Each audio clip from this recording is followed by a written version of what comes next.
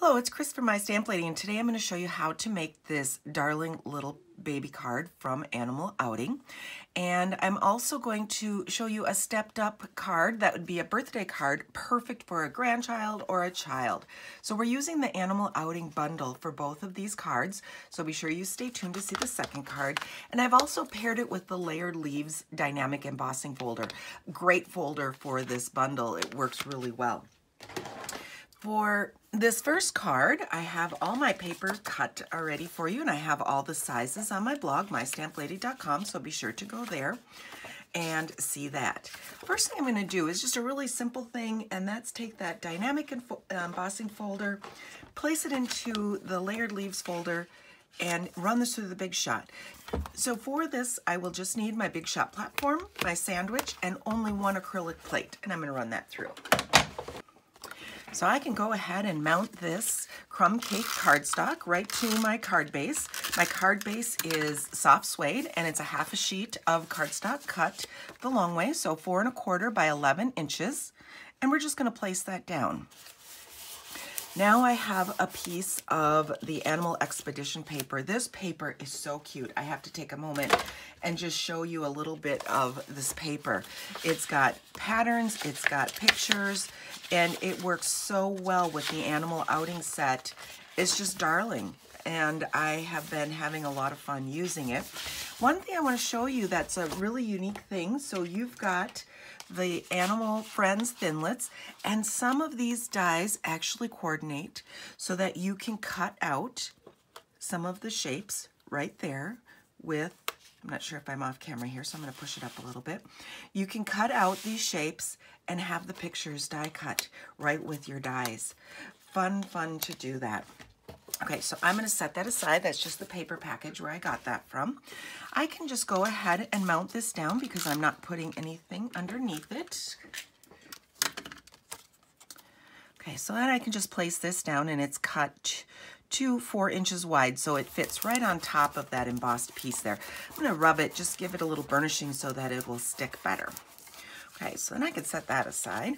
I have already cut out my circle. So this is with the layered circle framelits. These are a wonderful base die set to have. I use them often. And I'm using Tuxedo Black ink because I am going to be using my Stampin' Blends. And Tuxedo Black ink is the best ink to use with your Stampin' Blends. So let's stamp our giraffe here. Down and up. And I kind of made him hanging off that circle a little bit. And then we can say welcome and little one.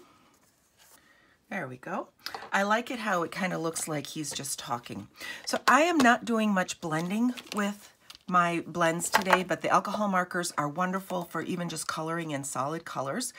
I didn't really have the exact color that I thought I'd want to use for my giraffe in one marker, so I combined the dark Mango Melody with the light crumb cake.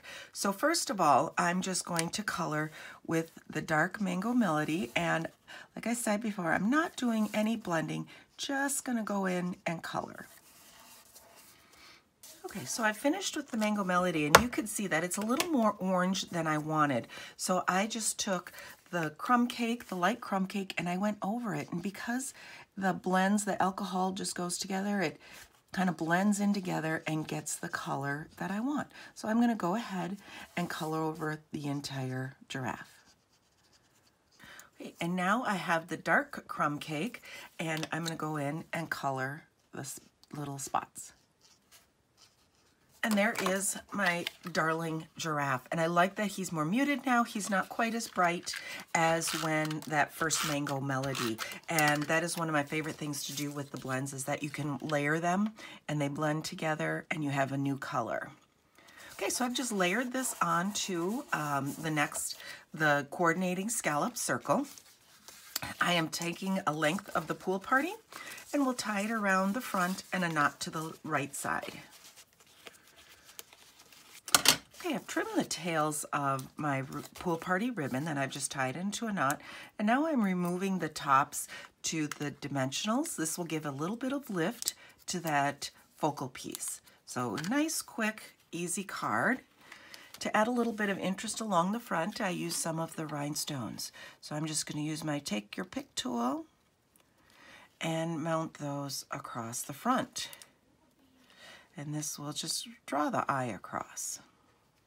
For the inside, I've already stamped and colored the kangaroo for this, and now I'm using, from that special celebration set, I am using the congratulations right there. There are fun sentiments that do coordinate. I happen to have just used the one-word sentiments for these cards here.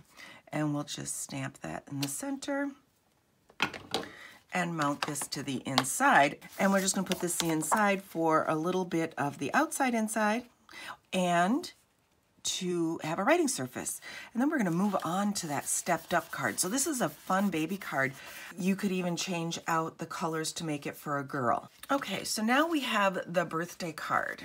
And this is a Gatefold birthday card. And I'm going to show you how to go about making this one. So we're going to start with our Call Me Clover is the cardstock for my base.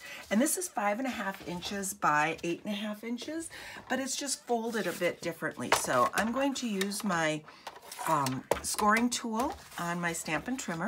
I'm going to go in 2 1/8 inches. So I've just found that 2 1/8 spot, and I'm scoring it. This is not my cutting blade. Be sure you're not using the cutting blade.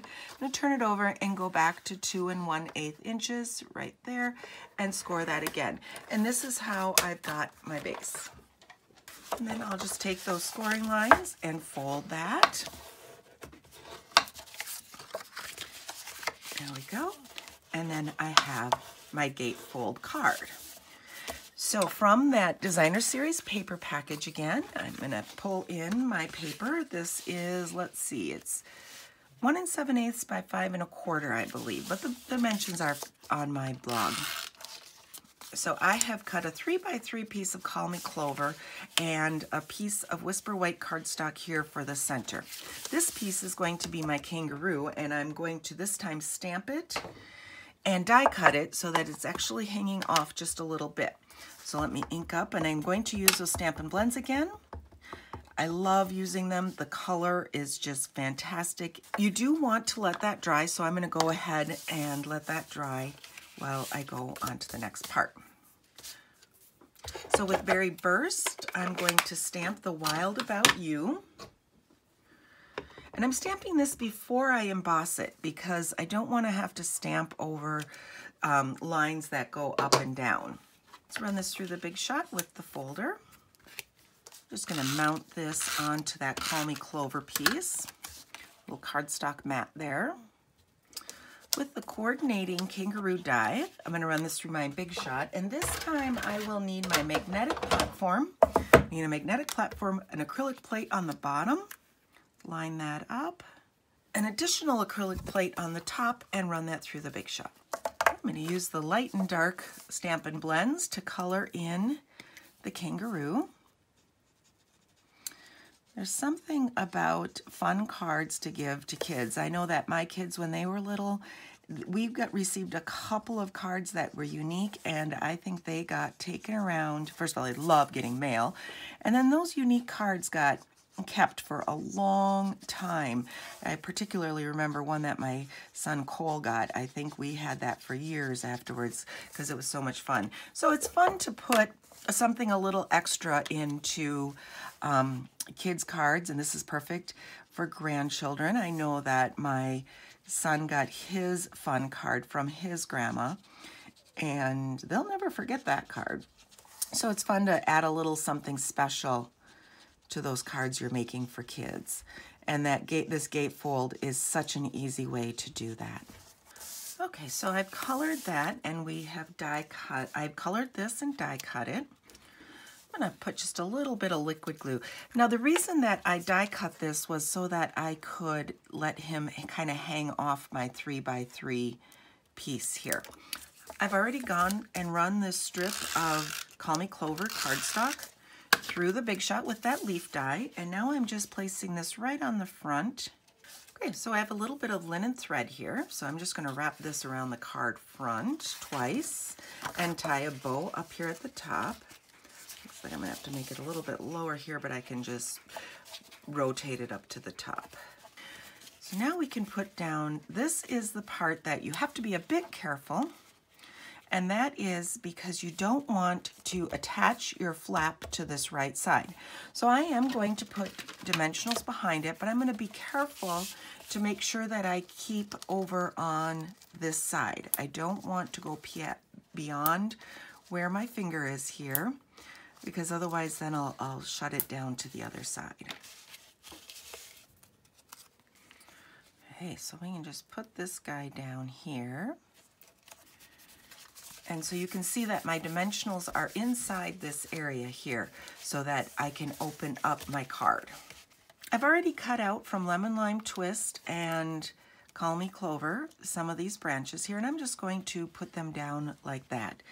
One of the things I like to do, and I pull out my old Dado adhesive that I got from Stampin' Up! A long time ago. This is my favorite way to put down these things. You could also use this as adhesive sheets if you don't have like a dotted adhesive. And I've just added a little bit of adhesive and we'll put that down on the front there. So I've already colored a little frog on a branch here for my inside, and I just colored him with the Stampin' Blends. And then from that Special Occasions set, I have Berry Burst and a Happy Birthday. I cut a little strip of that Coordinating Designer Series paper from the front. We'll open up that flap and just set that inside. I've included this particular video in with a special folds playlist, so be sure to click on that playlist or stay tuned afterwards to see more cards that have a unique fold to them. Be sure to contact me with any questions and go to my blog for more details.